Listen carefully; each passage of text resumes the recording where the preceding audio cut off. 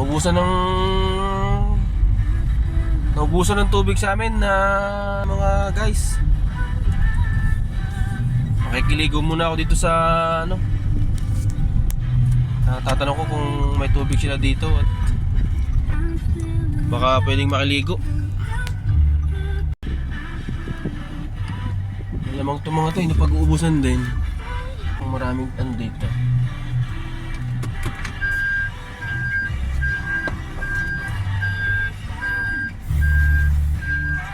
Ganun sa amin lagi na walang tubig.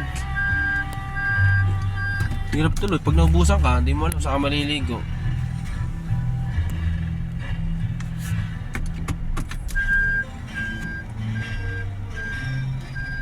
Ewan ko, dito may tubig daw, marami daw tubig dito eh. Kaila Aseya.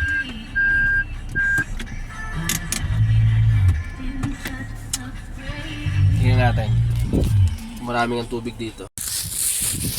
Pakarami naman walang tubig yata dito.